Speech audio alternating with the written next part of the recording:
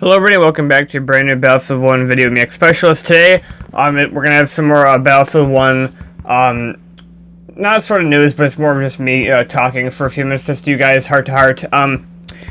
Also, I'm also in the middle, I'm on my second day here of my 2 days off from work, so that's why the videos have been extremely late and or lack of videos, just because I've been trying to enjoy myself and not trying to force myself too much into making videos right now. I'm trying to enjoy my days off. You guys gotta remember that when I'm not working, I'm hanging out with people and trying to enjoy life as it is.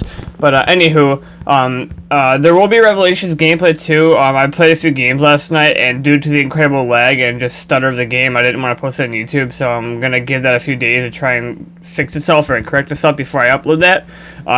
Today we're gonna be discussing the DLC for Battlefield 1, and I want to just address the hate that DICE has gotten for not including people like the Russians and the French in the immediate game, but much less putting them in DLC. So, why is this a thing? We obviously, in the regular game, we got the Italian Empire, we have the Ottoman Empire, we have the United Kingdom, we have the German Empire, we have the Harlem Hellfighters. I mean, they're not really an empire, but, they are like a squadron of fighters, anywho, though. And DICE is prompted to not give us the French and or Russians until DLC. And I do believe we have more people coming we don't know about yet, but we'll find out down the line who they are.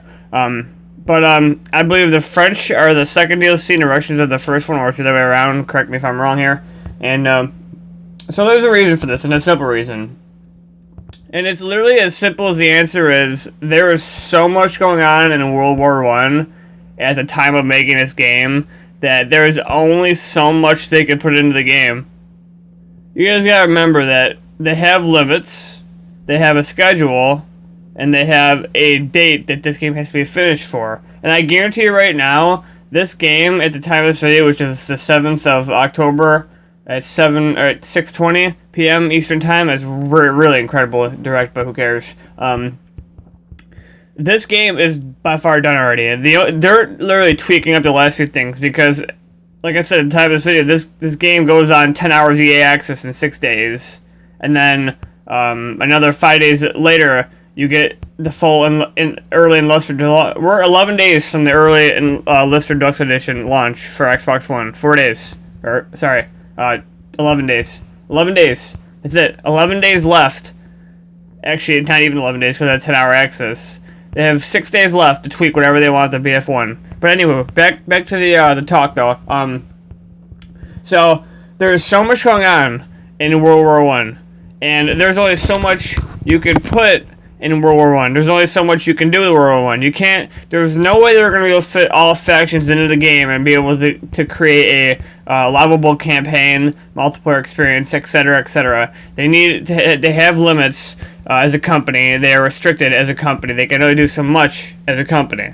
And for them to create a really good, authentic multiplayer and a campaign experience, they have to, make sacrifices. And so I think it's a smart deal to go ahead and postpone the introduction of the the French and the Russian armies until the DLC, because this way, when the first DLC launches, they'll be able to focus on one of those two factions alone and the battles that they had against the other people who are already in the game. So they're just going to be, you're going to get 4 French maps, or 4 Russian maps, and they're just going to be centered around. And obviously we have the Giant Shadow, which is the Battle of the Cell. And I can imagine we'll probably get a few more free maps. We don't know how many, but I'd imagine there'd be like a night map in there somewhere.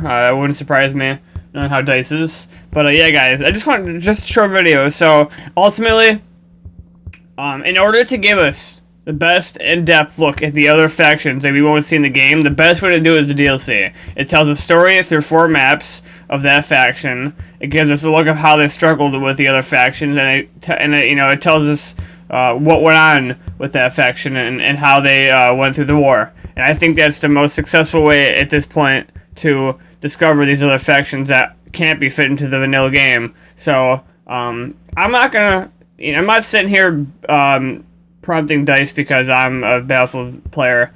I'm just trying to clear up the confusion that the community has as to why we're not getting this content in the main game. Guys, it's just simply as there's so much going on in the main game, and this is a way for them to create a really good DLC season for people to buy.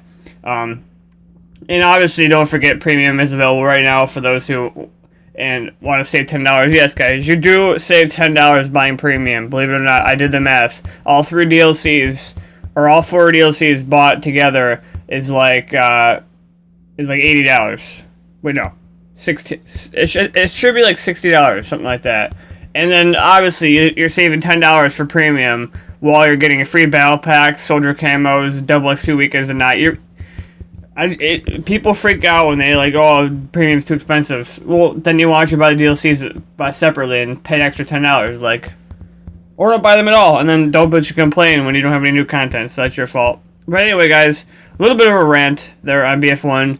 I think DICE has done the right thing by postponing the other factions to DLC, just so we can get a balanced game and we can have the story told through 4 unique maps. They might do more than 4. It might change. We don't know. It could be 5. I don't think they're going to be more than 5. But that's all for today's video, guys. Again, sorry about the lack of content last few days and how late videos have been getting out. Just trying to enjoy my days off while I can, and trying to enjoy life outside of videos. But as I said before, Revelations will continue. I just have to try and get into games that aren't laggy as shit and are decently playable for you guys. But have a great day, guys, and I'll see you guys tomorrow with a brand new video. Have a good one.